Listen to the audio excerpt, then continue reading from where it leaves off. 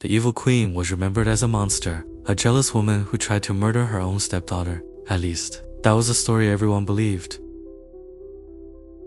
When the king married again, many feared the new queen would never accept Snow White, but they were wrong. The queen welcomed the young princess with kindness. She read stories to her before bed. She walked beside her through the palace gardens. And whenever Snow White cried for her late mother, the queen was always there to comfort her. For a time, they were a family. Yet, there was always something unusual about Snow White. Servants often found her speaking to empty rooms. Sometimes she would stand before a dark window for hours, whispering to someone who wasn't there. When asked who she was talking to, the girl would simply smile and say, "A friend." One stormy night, a scream echoed through the castle. The queen rushed toward the king's chambers. When she arrived, the room was covered in blood. The king lay motionless on the floor, and beside him stood Snow White, only 10 years old, her hands stained red, her expression empty. The queen demanded to know what happened, but Snow White only whispered, "I didn't do it." No one else had entered the chamber. No intruder was ever found. Yet despite the evidence, the queen could not bring herself to accuse the child. Instead, she buried the truth with the king. Years passed, the kingdom slowly healed, but the queen never forgot that night. Then one evening, while exploring an abandoned section of the castle, she discovered an old mirror hidden beneath dust and decay.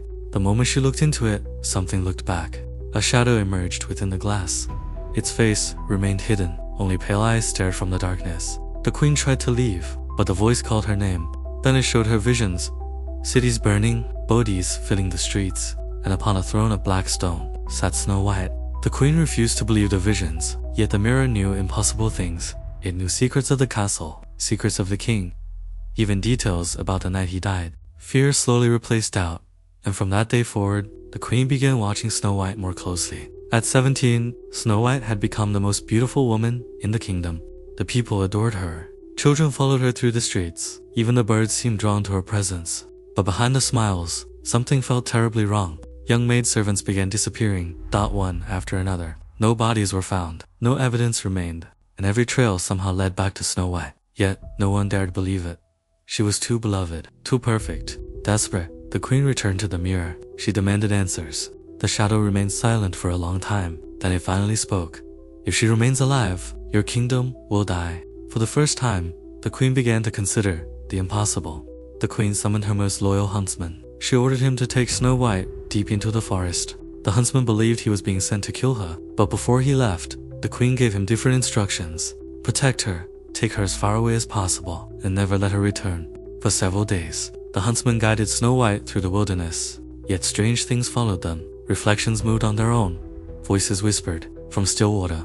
And every night, Snow White spoke to someone no one else could see. Eventually, the terrified huntsman left her behind, alone in the forest. Deep within the woods, Snow White discovered a small cottage. It belonged to 7 dwarfs, ancient men who had spent decades hiding from the world. The moment they saw Snow White, their faces turned pale, because they recognized something in her eyes, something they had seen long ago inside a mirror. The dwarves revealed an ancient truth. Long before the kingdom existed, there had been another ruler.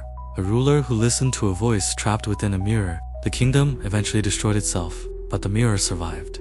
For centuries, it searched for another soul to corrupt, and now it had found Snow White. Each night, the dwarfs heard Snow White speaking alone, yet another voice always answered, a voice coming from the mirror hanging above the fireplace. Soon, even the dwarfs became afraid of her, and far away, in the castle, the queen realized there was only one choice left, the apple. Disguised as an old woman, the queen traveled into the forest. Her hands trembled as she offered the apple, not because she hated Snow White, but because she loved her, and because she believed there was no other way. When Snow White took a bite, the queen began to cry. Snow White collapsed. The curse spread through her body, and for the first time in years, the voice inside the mirror fell silent. The queen surrendered herself. Upon returning to the castle, she never defended her actions, never revealed the truth. She accepted the role of villain. Years later, a prince discovered a sleeping girl within a glass coffin. One kiss awakened her. The kingdom rejoiced. Snow White had returned. And for a single moment, the same pale eyes appeared within her reflection. The queen had never been fighting Snow White. She had been fighting the thing inside the mirror. And in the end, the mirror won.